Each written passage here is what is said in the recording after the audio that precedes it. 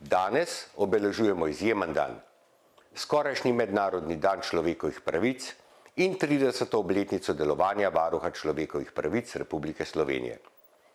Proslavljamo prizadevanja ne le naše inštitucije, pač pa vseh, ki se iskreno trudimo za boljši jutri, ne le zase, ampak za celotno skupnost.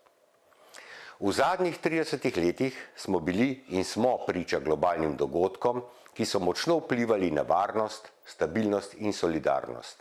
Nasilje, spopadi, radikalizmi, populizmi, zdravstvene katastrofe, ekološke in okoljske grožnje, ki nas opominjajo, kako razdiralni smo lahko in kako zelo ranljivo je človeštvo. A vendarle imamo tudi izkušnje, da se je iz napak mogoče učiti, pa tudi, da iz dobrih izkušenj lahko obvladujemo slabe. Da je z zaupanjem, z dialogom in skupnostnim mišljenjem mogoče graditi bolj pravično, solidarno in bolj varno prihodnost. To vseskozi dokazujemo tudi Slovenke in Slovenci. Gradimo svojo državo, smo del Evropske unije, razvili smo napredne tehnologije, dvignili standard spoštovanja človekovih pravic ter dosegli zavidljivo raven blaginje in socialne države. Čeprav znamo biti izjemno solidarni, pa smo na tej poti napredka prepogosto zapostavili mnoge. Tudi na primer tiste, ki skrbijo za uresničevanje temeljnih pravic posameznika in posameznice in skupnosti, zdravstveno osebje, delavce v socialnem varstvu, učitelje, vzgojitelje in tisoče, ki opravljajo plemenita in pomembna dela, da je njihov prihodek še vedno pod minimalno plačo. Kljub temu, da so polno zaposleni, nimajo dovolj sredstev za dostojno življenje. Čeprav pogosto govorimo o standardih in normativih in se strinjamo, da je za opravljeno delo nujno dostojno plačilo, pa v praksi pogosto ne zmoremo najti rešitev. Enako je na mnogih drugih področjih.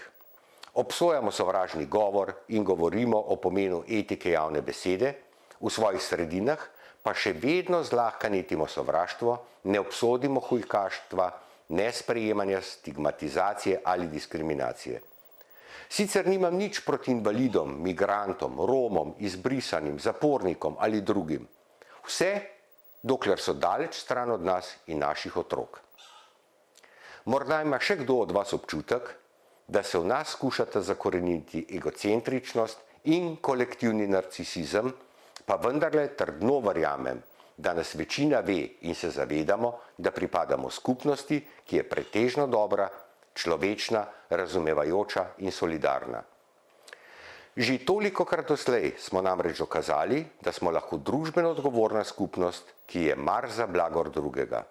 Da smo lahko družba, ki s skupnimi prizadevanji soustvarja pozitivno družbeno klimo, v kateri se ne spodkopava pravic posameznikov, ne ruši vrednot strpnosti, pač pa z vsakim članom ravna spoštljivo in dostojno. Zato ne potrebujemo revolucije, pač pa le trdno in odločno zavezanost za skupno dobro. Naša inštitucija je v 30 letih obravnavala skoraj 88.000 primerov ljudi, ki so se obrnili na nas, ker jih je oblast spregledala, zanemarila ali posegla v njihove pravice in svoboščine. Odgovorili smo še na skoraj enkrat toliko klicev in pisem, opravili ogromno osebnih pogovorov in skupaj z državnim preventivnim mehanizmom podali več tisoč priporočil. Vsi ti številni ljudje so iz naše sredine. Njihovih stisk odgovorni niso opazili. Še več, tisti, ki ustvarjajo in izvajajo pravila in ki naj bi delovali pravično, odgovorno in v javnem interesu, jih niso znali, zmogli ali hoteli prisluhniti pri uveljavljanju njihovih pravic.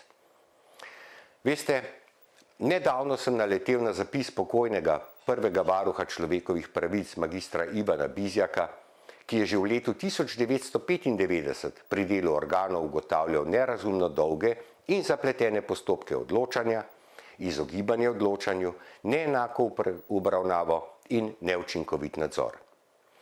Če temu dodam še pomanjkanje pojasnilne dolžnosti in aroganco, lahko za leto 2024 žal zapišem enako. Kršitev načela dobrega upravljanja je namreč ena izmed najpogostejših kršitev človekovih pravic tudi danes. In vztrajala bo, dokler ne bomo kot družba prepoznali, da človekove pravice niso luksus, pač pa temelj vsake demokratične in pravne države. Da ljudje, ki se obračajo na nas, niso samo številke, vloge, formularji in drugi dokumenti, ki jih dobimo na mizo, ampak resnični ljudje, za katere smo in moramo biti tukaj. Prav vsaka kršitev je nedopustna, je preveč.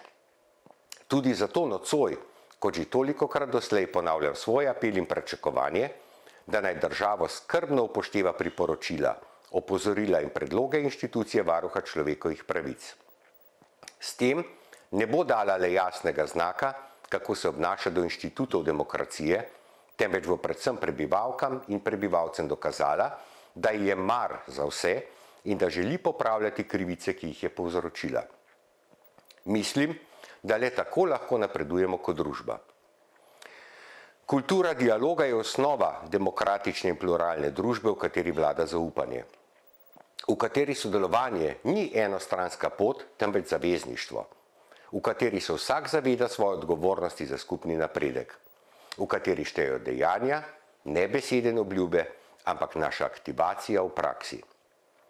V sodelovanju in dialogu, ki sta ključna gradnika pravičnosti, lahko boljši jutri ustvarimo tukaj in zdaj. Brez dialoga in pravičnosti besedne zveze, kot so človekove pravice, demokracija in vladavina prava, tvegajo, da postanejo zgolj fraze izpraznjene smisla. Naj nam bo praznovanje ta večer v navdih. V navdih za človekoljubno delovanje, za moč in pogum pri prepoznavanju in odpravljanju krivic v naših sredinah, za zoperstavljanje sovražnosti, nestrpnosti, diskriminaciji in nespoštovanju. Pravična družba še nismo. V naših sredinah je ogromno neenakosti, smo pa srčni in odprti. Tudi zato verjamem, da lahko svojo modrost in sposobnosti spretno uporabimo za širjenje kulture dialoga. Ta vrednota, ki jo sam vse bolj pogrešam, je nujna za iskanje napredka, ker le z dobrim v sebi nagovarjamo dobro v drugem. Brez kulture dialoga ne moremo resnično spreminjati družbe na bolje, ne izvajati resničnih sprememb, če hočete reform, ki lahko prinesejo trajno blaginjo in napredek za vse. Ko rečem za vse, mislim na tisoče v čakalnih vrstah v naših zdravstvenih ustanovah, na tisoče brez izbranega osebnega zdravnika ali ginekologa, na vse tiste, ki živijo pod pragom revščine, ki nimajo dostojnih plač ali pokojnin, na invalide, ki se soočajo s spletno in fizično nedostopnostjo in drugimi težavami, ki jih pestijo v vsakdanjem življenju. Na vse otroke v socialnih stiskah, na vse mlade, ki imajo zaradi podivjanih cen nepremičnin in pomanjkanja neprofitnih stanovanj nerešen stanovanjski problem, na vse starejše, ki so kljub plaznim posteljam zaradi kadrovskih težav v domovih za starejše brez ustrezne oskrbe, na vse, ki so zaradi našega nerazumevanja deinstitucionalizacije zaprti v inštitucijah, na vse, ki so jih prizadele lanske poplave oziroma se drugače soočajo s posledicami podnebnih sprememb, na izbrisane po osamosvojitvi Slovenije, za katere ne zmoremo najti rešitev, na vse tiste, ki so diskriminirani na podlagi različnih osebnih okoliščin, na primer verske pripadnosti, narodnosti, rase ali spolne usmerjenosti. Skratka na vse, ki so tako ali drugače potisnjeni na rob družbe. Velik narod ustvarjajo le veliki ljudje. Ljudje, ki dajejo skupnosti, na katero so lahko ponosni. In ti veliki ljudje smo lahko vsi mi, spoštovane in spoštovani. Verzi našega največjega poeta, dr. Franceta Prešerna iz Zdravljice, s katero je krasen uvod v ta večer naredila izjemna Nina Strnad, edinost, sreča, sprava, k nam naj nazaj se vrnejo. Niso le poetični odmev preteklosti, temveč poziv k odgovornosti za prihodnost. Prešernova sporočila so tudi danes še kako aktualna, saj nas nagovarjajo k ustvarjanju družbe, v kateri različnost ne bo razlog za razdor, temveč vir moči, v kateri bo dialog orodje za krepitev zaupanja in bolj vključujočo ter pravično družbo.